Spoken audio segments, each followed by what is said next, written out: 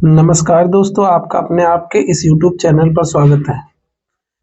आप लोग को क्लास 10th लाइव प्रोसेस जैव प्रक्रम के पहले लेक्चर में बहुत सारी चीज़ों के बारे में बताए थे, जैसे कि पोषण के विषय में, फोटोसिंथेसिस, प्रकाश संश्लेषण के बारे में और पाचन के बारे में, और इनका पूरा एक्सप्लेनेशन किए थे। अब नेक्स्ट लेक्चर नंबर 2 में आपको सबसे पहले श्वसन के बारे में बताएंगे। श्वसन देखिए क्या है।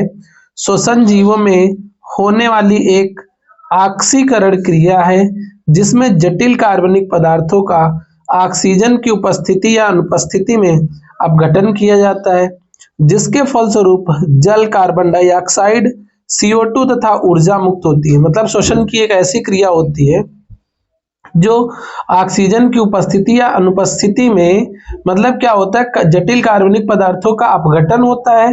अपघटन होने के बाद वो जल, कार्बन डाइऑक्साइड गैस तथा ऊर्जा मुक्त करते हैं। श्वसन क्रिया माइटोकॉन्ड्रिया में होती है। ये इंपॉर्टेंट पॉइंट यहाँ से ऑप्शनल क्वेश्चन बन सकता है कि श्वसन क्रिया किस भाग में होती है, तो क्या बताओगे? श्वसन क्रिया माइटोकॉन्ड्रिया में होती है। फिर देखिए सांस लेना। सांस लेना क्या होता है? सांस लेते समय ऑक्सीजन को ग्रहण किया जाता है तथा कार्बन डाइऑक्साइड को छोड़ते हैं। मतलब जो सांस लेना एक ऐसी क्रिया होती है जिसमें ऑक्सीजन को ग्रहण किया जाता है और कार्बन डाइऑक्साइड को छोड़ा जाता है। सांस लेने में फेफड़े सहायता करते हैं। सांस लेने में कौन से अंग सहायता करते हैं? फेफड़े।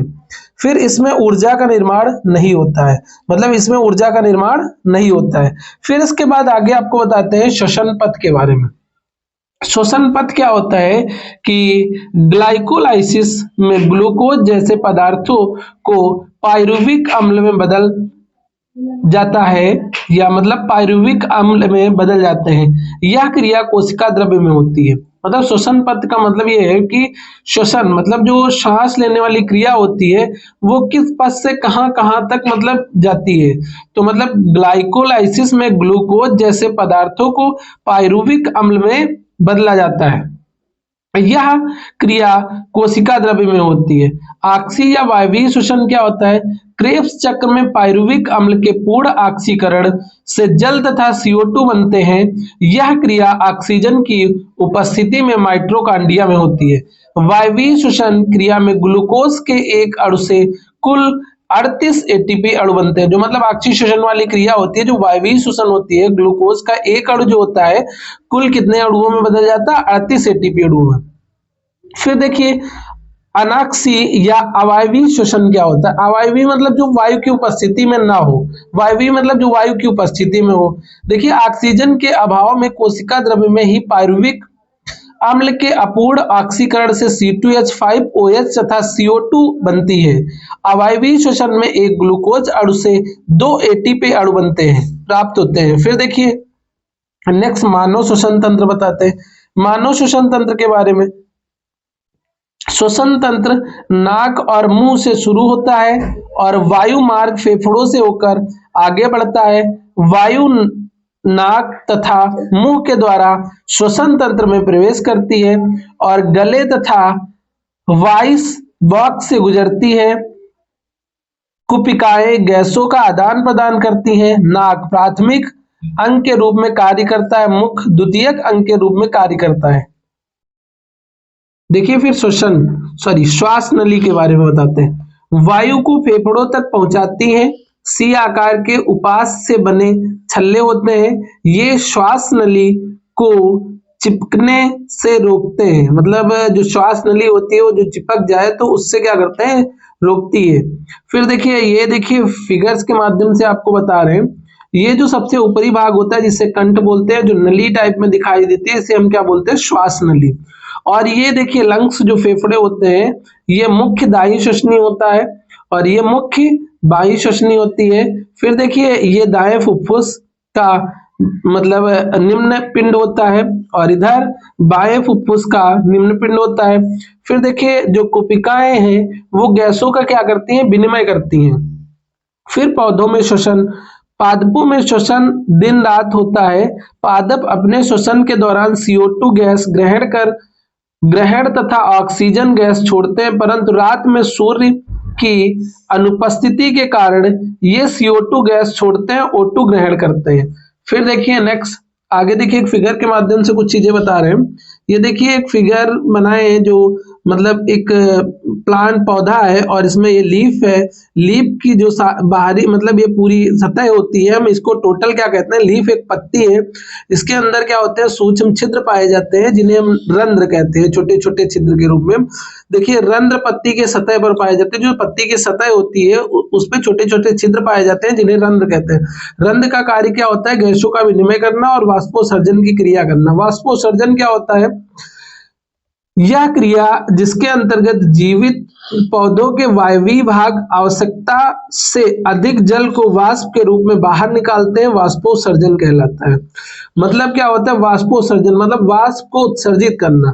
फिर मानव परिवहन का तंत्र क्या होता है, परिवहन सबसे पहले ग्रहण किए गए पदार्थों को शरीर की प्रत्येक कोशिका तक पहुंचाने तथा वहां पर उत्पन्न अतिरिक्त पदार्थों CO2 व NH3 को किसी निश्चित स्थान तक पहुंचाने की क्रिया को परिवहन या संवहन कहते हैं। फिर रक्त क्या होता है, रक्त तरल संयोजी ऊतक एक होता है। रक्त में लाल रुधिर कणिकाएं, श्वेत रुधिर कणिकाएं तथा प्लेटलेट्स तीनों की मात्रा 45% होती है। फिर देखिए नेक्स्ट आपको बताते हैं किसके बारे में, कि रक्त में प्लाज्मा की मात्रा 55% पाई जाती है। प्लाज्मा तरल पीले रंग का पदार्थ होता है। फिर रुधिर के अवयव क्या क्या होते हैं, लाल रक्त कणिकाएं जिन्हें हम आरबीसी बोलते हैं। आरबीसी लाल रंग की रंगीन होती है। आरबीसी में हीमोग्लोबिन उपस्थित होता है। आरबीसी में केंद्रक उपस्थित होता है। इनका जीवन काल 120 दिन का होता है आरबीसी का। फिर देखिए श्वेत, जिसे डब्ल्यूबीसी बोलते हैं। श्वेत रुधिर कणिकाएं क्या होती हैं, डब्ल्यूबीसी रंगहीन होती हैं, मतलब कोई भी रंग नहीं होता है। डब्ल्यूबीसी में हीमोग्लोबिन अनुपस्थित होता है। फिर इसके बाद देखिए इसमें केंद्रक उपस्थित होता है। फिर इनका जीवन काल 10 से 12 से 20 दिन का होता है। डब्ल्यूबीसी को सैनिक कोशिकाएं कहते हैं। फिर देखिए प्लेटलेट्स क्या होती हैं। प्लेटलेट्स रुधिर का थक्का जमाने में सहायता करता है। फिर रुधिर का थक्का मतलब ब्लड को रोकने के लिए। फिर देखिए मानव हृदय, मानव हृदय के बारे में आपको बताते हैं। हृदय रक्त को पंप करने का कार्य करता है। एक स्वस्थ मनुष्य में 5 से 6 लीटर रुधिर होता है। हृदय 1 मिनट में 65 से 75 बार रुधिर को शरीर में पंप करता है। फिर देखिए आगे, मनुष्य के जीवन काल में रुधिर 2.5 × 10⁻9 बार शरीर में चक्कर लगाता है। हृदय के एक बार सिकुड़ने से रुधिर का एक चक्कर पूरा होता है। हृदय के सिकुड़ने को प्रकुंचन तथा इसके फैलने की क्रिया को अनुशिथिलन कहते हैं। फिर हृदय को एक बार धड़कने में 0.8 या 0.8 सेकंड का समय लगता है। हृदय 1 मिनट में 70 से 72 बार धड़कता है। अनुशिथिलन के समय रुधिर दोनों अलिंदों में आकार भरता है तथा प्रकुंचन के समय दोनों अलिंदों से रुधिर निलयों में भरता है और दोनों निलयों के प्रकुंचन से शरीर के विभिन्न भागों में पंप किया जाता है। फिर देखिए इसके बाद फिगर बनाए हैं, फिगर के माध्यम से आपको समझाते हैं। देखिए ये जो भाग है इसे हम बोलते हैं अग्र महाशिरा, और ये जो इतना भाग है जिसे हम क्या बोलते हैं, दैहिक महाधमनी, और ये जो छिद्र दिखाई दे रहे हैं हम फुफ्फुस धमनी कहते हैं, और ये जो पार्ट है इसे हम बोलते हैं बायां अलिंद, और जस्ट इसके अपोजिट साइड में क्या होता है, दाएं अलिंद भाग होता है। फिर इसके नीचे थोड़ा जाके जिसे हम दायां निलय बोलते हैं, और इधर भाग बायां निलय होता है, और जो ये संरचना दिख रही है नीचे की ओर जिसे हम क्या बोलते हैं, पश्च महाशिरा। फिर देखिए इसके बाद ये हार्ट की स्ट्रक्चर हो गई।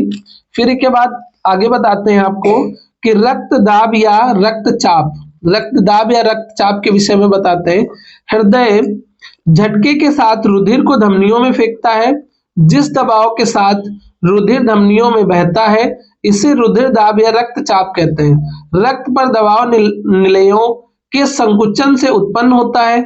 यह दबाव प्रकुंचन दाब कहलाता है। रुधिर दाब मापने के लिए